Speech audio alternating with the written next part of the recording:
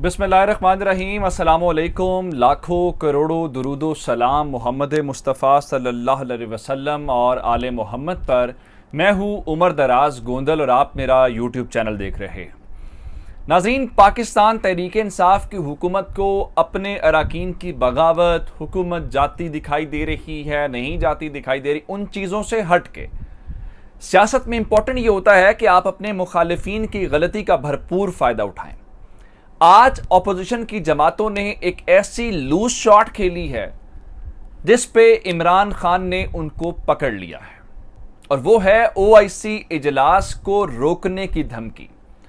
अब ओआईसी इजलास इमरान खान का या तहरीक इंसाफ या हुकूमत का इजलास तो है नहीं, ना उनके लिए किसी ने आना है, ना उनके बुलाने पे कोई आ रहा है, ना उन्होंने ये कहा है कि ये हमारा इवेंट है किसी सियासी जमात का। ये तो रियासत पाकिस्तान का एक इजलास है और उसको रोकने की धमकी महंगी पड़ी है। और उसके बाद अब इमरान खान का डंडा चलना शुरू हो गया है। पहले नंबर के ऊपर ये बताऊंगा। दूसरे नंबर के ऊपर आपको इंपॉर्टेंट बात, ये खबर मैंने आपको दी थी कि 3 अरकान के मुतालिक खबर ये आई है जिन्होंने हुकूमत से राबता किया है। उनसे कहा है कि वो मुमकिना तौर पे वापस आना चाहते हैं। अब मैं आपको मजीद अरकान के मुतालिक खबर देना चाहता हूं जिनके मुतालिक खबरें आई हैं कि राबते बहाल हो गए हैं। और फिर इमरान खान ने खुद माना था कि उनके कुछ लोग बातचीत कर रहे हैं। आप हैरान इस बात के ऊपर होंगे कि ये जो मुनहर्रिफ अरकान है, या जिनको तहरीक इंसाफ बागी अरकान कह रही है, या कोई नाराज अरकान कह रहा है, उनके घर वाले भी उनके साथ खड़े होने को तैयार नहीं हैं सारे पॉलिटिकल प्रेशर के अंदर। और ऐसे में जब इमरान खान ने अपने अरकान को कह दिया है, अपने कारकुनान को कह दिया है कि वो घेराव करें और सड़कों के ऊपर निकलें। और फिर मैं आपको एक और डेवलपमेंट दूंगा कि आखिर अगर तहरीक इंसाफ के लोग उन हलकों में नून लीग में शामिल होंगे या पीपल्स पार्टी के अंदर शामिल होंगे तो वहां पे भी तो लोग हैं। तो तहरीक इंसाफ ने 30 सर्कल किए हैं लोग, किस मकसद के लिए बताएंगे आपको। लेकिन अगर आपने अभी तक चैनल सब्सक्राइब नहीं किया और आप चाहते हैं कि आपको मुस्तनद और बर वक्त खबरें मिलती रहें तो हमारा चैनल सब्सक्राइब कर लीजिए, बेल आइकन के ऊपर क्लिक कर लीजिए ताकि हमारी आइंदा आने वाली वीडियोस बर वक्त आप तक पहुंच रहे। ऑपोजिशन ने आज गलत शॉट खेल दी है। आप हुकूमत के खिलाफ लड़ सकते हैं, आप सियासी तौर पर मुकाबला कर सकते हैं, ना आपको कोई रोक सकता है। अदालत ने भी आज यही कहा था कि हम सियासी मामलात के अंदर दिलचस्पी भी नहीं रखते, मुदाखलत का सोच भी नहीं रहे। तो ये आपका काम है, जाएं सियासी महाज के ऊपर। एक गवर्नमेंट की स्ट्रेटजी आती है, फिर ऑपोजिशन की आती है, ऑपोजिशन के जवाब में गवर्नमेंट की आती है, तो ये चलता रहता है। ये कोई बुरी बात नहीं, सियासी खेल ऐसे ही होता है। लेकिन आज उस फ्रस्ट्रेशन, लोग कह रहे हैं कि देखें आज इमरान तो गुस्से में नहीं था, खान ने तो आज ऐसी कोई बात वहां पे नहीं की, इवन नाम भी नहीं लिया अपोजिशन के। लेकिन आज फ्रस्ट्रेशन अपोजिशन के अंदर क्यों थी, अपोजिशन क्यों गुस्से के अंदर थी, और फिर इस हद तक क्यों गए कि हम एक ऐसा इजलास, एक ऐसा इवेंट जिसको रियासत होस्ट कर रही है उसको रोकेंगे।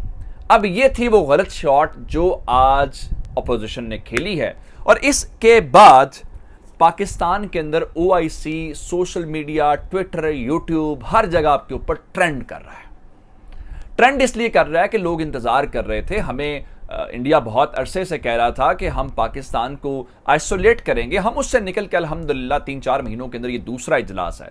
और फिर हुकूमत बड़े बार बार एक लफ्ज़ कह रही है, वो कह रही है जी हमारे खिलाफ जो इंटरनेशनल इस्टेब्लिशमेंट है, जो बैनुल-अक़वामी ताकतें हैं, जो साम्राज्यी निज़ाम है, बुनियादी तौर पर वो नहीं चाहता कि पाकिस्तान के अंदर कोई ऐसा हुक्मरान हो जो खुल के बात कर सकता हो या पाकिस्तान आगे बढ़े। ये उनका, ये गवर्नमेंट का नैरेटिव है, मैं इसके ऊपर कुछ नहीं कह रहा। इस चीज़ को रोकना, अब हुकूमत ने बड़ी सादा सी बात की है कि जनाब असल में अपोजिशन का मकसद ही इस इजलास को रोकना है। उन्होंने कहा हम नहीं होने देंगे, हम रोकेंगे। गवर्नमेंट ने कहा है कि जनाब रोक सको तो रोक लो। अब ये गाने तो ये चलाते थे, लेकिन सबसे पहले आज असद उमर ने ट्वीट किया है और जवाब दिया है। मैं अभी डंडे की तरफ आ रहा हूं। उन्होंने ये कहा कि जनाब ये जो इजलास है ये मुस्लिम उम्मा का इजलास है, मुसलमानों की यकजहती का एक इजलास है, ये तो हर सूरत होगा, अगर आप रोक सकते हैं तो आप रोक लें। उसके बाद वजीर खारजा शाह महमूद कुरैशी ने कहा कि बिलावल अभी बच्चे हैं या कम उम्र हैं, चले बच्चे को छोड़ दें, कम उम्र हैं, नौजवान है जी, तो अगर उनको एहसास नहीं है तो ये मालूम होना चाहिए कि मुल्क की सालमियत और रियासत की सालमियत और साख का मामला है, तो उनके बड़े उनको बताएं कि इजलास होना कितना ज़रूरी है और इसको हर सूरत। शहबाज गिल साहब तो खैर इसके ऊपर चले गए, उनके आबाओ अजदाद और पाकिस्तान तोड़ने की बातें की गई, वो बातें मुनासिब नहीं है, उसको हम यहाँ पर डिस्कस नहीं करते। लेकिन डंडे की बात जहां तक है, शेख रशीद आजकल ऑन फायर हैं। आज भी इमरान खान के सामने बैठे थे, इमरान खान उनको बार बार मुखातिब कर रहे थे पिंडी के अंदर। तो शेख रशीद ने यहां पे ये कहा है कि जनाब ये इजलास होगा, हर कीमत पे होगा, जिसने रोकना है आके रोक के दिखाए।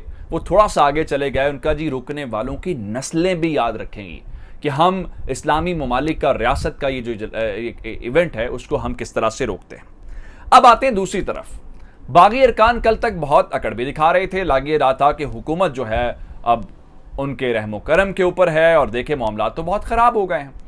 लेकिन वो मैंने शुरू में आपको कहा था, ये नर्व्स की गेम है। जो नर्व्स को स्ट्रांग रखेगा, जो डट के खड़ा रहेगा, एट दिन रिजल्ट्स जो हैं वो उसके हक में आ जाएंगे। तो तहरीक इंसाफ थोड़ी सी यहाँ पे नर्व्स को स्ट्रांग रखे हुए जस्सर यही दे रही है कि वो बहुत स्ट्रांग है। इस वक्त अपोजिशन अपनी तरफ से कोशिश तो कर रही है। अब वो जो बागी अरकान हैं उनको एक जानिब जो सबसे बड़ा तुरपकार कीमती पत्ता इमरान खान ने खेला है वो क्या है? ये इमरान खान के खिलाफ वोट देंगे। एक लम्हे के लिए फर्ज कर लेते हैं शहबाज शरीफ वजीर आजम बन जाते हैं, अगर तहरीक एतमाद कामयाब हो जाती है। इन अरकान ने वोट दिया, शहबाज शरीफ वजीर आजम बने। इन अरकान का ताल्लुक तहरीक इंसाफ के साथ था। तहरीक इंसाफ की आगे चल के 63A की बुनियाद के ऊपर ये डिस्क्वालीफाई हो जाते हैं। आज हो जाए, 10 दिन में हो जाए, महीने में हो जाए, 6 महीने में हो जाए, साल में हो जाए, जब ये प्रोसेस है। उसके बाद ये एतजाज एहसन साहब ने खुद बोल के कहा, जो खुद पीपल्स पार्टी से उनका ताल्लुक है, आप ARY के प्रोग्राम में चले जाए, देख लें आप।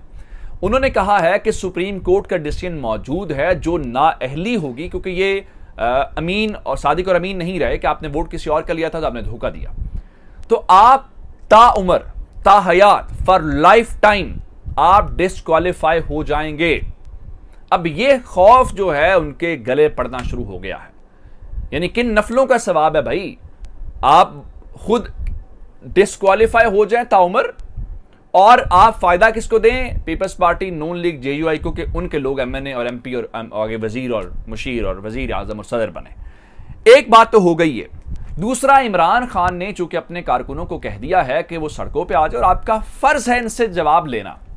मैं आपको खबर एक बताना चाहता हूं कि चूंकि फवाद चौधरी साहब को और परवेज खटक साहब को ये जिम्मेदारी दी गई है कि आप इन अरकान से रब्ता करें, मनाए शनाए कोई तहफुजात हैं वो दूर कर लेते हैं, तो ये अपने लोग इनको वापस ले लें अगर उनकी जेन्युइन नाराजगी है, अगर जमीन नहीं बेचा तो। उनके मुताबिक उन्होंने फोन किया, क्योंकि वो अरकान तो फोन खुद नहीं उठा रहे, तो उनके घर में एक रुकन की बेटी ने फोन उठाया। कहा ही जाता है कि वो बेटी जो रुकन की थी वो ज़ारो कतार रो पड़ी। उसने कहा कि इन्होंने हमें कहीं का नहीं छोड़ा, हम अपने ख़ानदान को, अपने इलाके को मुंह दिखाने के काबिल भी नहीं हैं, हम तो घरों से बाहर नहीं निकल पा रहे और हम तो अपने घरों में महसूर होकर रह गए हैं। और मैं आपको एक और खबर दूं, 3 अरकान की मैंने आपको खबर दी थी कि उन्होंने हुकूमत से रब्ता किया है। वज़ीर आज़म को इस बारे में ब्रीफिंग भी दे दी गई है कि 3 अरकान हैं जो चाहते हैं कि उनको वापस लिया जाए। वो जो सुबह का जो भोला या भोला है, अगर वो आ जाए शाम को वापस, तो उसको भोला या भोला नहीं कहते। अब जहांगीर खान तरीन के कुछ लोग भी हुकूमत के साथ राब्ते में आ रहे हैं, मैं आपको ये बताना चाहता हूं। तो इसका मतलब ये है कि हुकूमत यहीं तक नहीं है, बल्कि मैंने आपको बताया 30 रेड सर्कल्स जो लगाए गए हैं वो क्या हैं? वो रेड सर्कल्स ये हैं, हुकूमत कह रही है कि अगर हमारे लोग जाएंगे, अगर आपने उनको टिकट की जो है वो पेशकश की भी है, तो उन हलकों के अंदर अपोजिशन के लोग भी तो हैं, वो तो बर्दाश्त नहीं करेंगे। मतलब तलाल चौधरी कैसे बर्दाश्त करेंगे कि उसके हलके में जो है वो तहरीक इंसाफ का बंदा शामिल हो? आप बेशक उसको कहते रहे कि हम आपको सेनेटर बनाएंगे, मैं नाम नहीं ले रहा कि कोई तलाल चौधरी से रब्ता किया, मैंने ये नहीं कहा, लेकिन उन्होंने उन लोगों को टारगेट कर लिया है कि उन 30 अरकान को तहरीक इंसाफ की हुकूमत चाहती है कि हम अपने साथ शामिल करें, उनको मौका दें, जिसके ऊपर ये प्रॉब्लम हो सकती है। मैं आपको एक और बात बताऊं, ये निकालना चाहते थे इमरान खान को, लेकिन फ्रस्ट्रेशन आज कुछ और बता रही है। मामला मैं ये नहीं कह रहा कि कोई हतमी फैसला हो गया, लेकिन बॉडी लैंग्वेज जो हमारे सामने हम उसको एनालाइज कर सकते हैं। बात इमरान खान से शुरू हुई थी, लेकिन आज बात खैबर पख्तूनख्वा के वजीर आला के ऊपर आ गई है और बताया गया है कि अपोजिशन ने और PDM ने फैसला कर लिया है कि खैबर पख्तूनख्वा के वजीर आला के खिलाफ तहरीक अदम एतमाद लाई जाएगी। अच्छा, वहां पर तहरीक इंसाफ को 2/3 मेजॉरिटी हासिल है, लेकिन पीपल्स पार्टी के जो वहां के जिम्मेदारान हैं उन्होंने अपनी लीडरशिप को बताया है कि 45 MPAs हमारे साथ हैं और हम महमूद खान को हटाना चाहते हैं। लेकिन मैं आपको बताऊं, अगर इतना ही मामला हो तो ये खैबर पख्तूनख्वा ना जाते, ये पंजाब में आते। पंजाब में तो बड़ी करीब करीब गेम है, वहां कोई नहीं आ रहा। अभी तक चेयरमैन सेनेट की तरफ भी नहीं गए। जब तक अपडेट्स ही मजीद अपडेट्स होंगी तो आपकी खिदमत में लेके हाजिर होंगे। चैनल सब्सक्राइब कीजिएगा। आपकी समातों का बहुत शुक्रिया। खुदा हाफिज।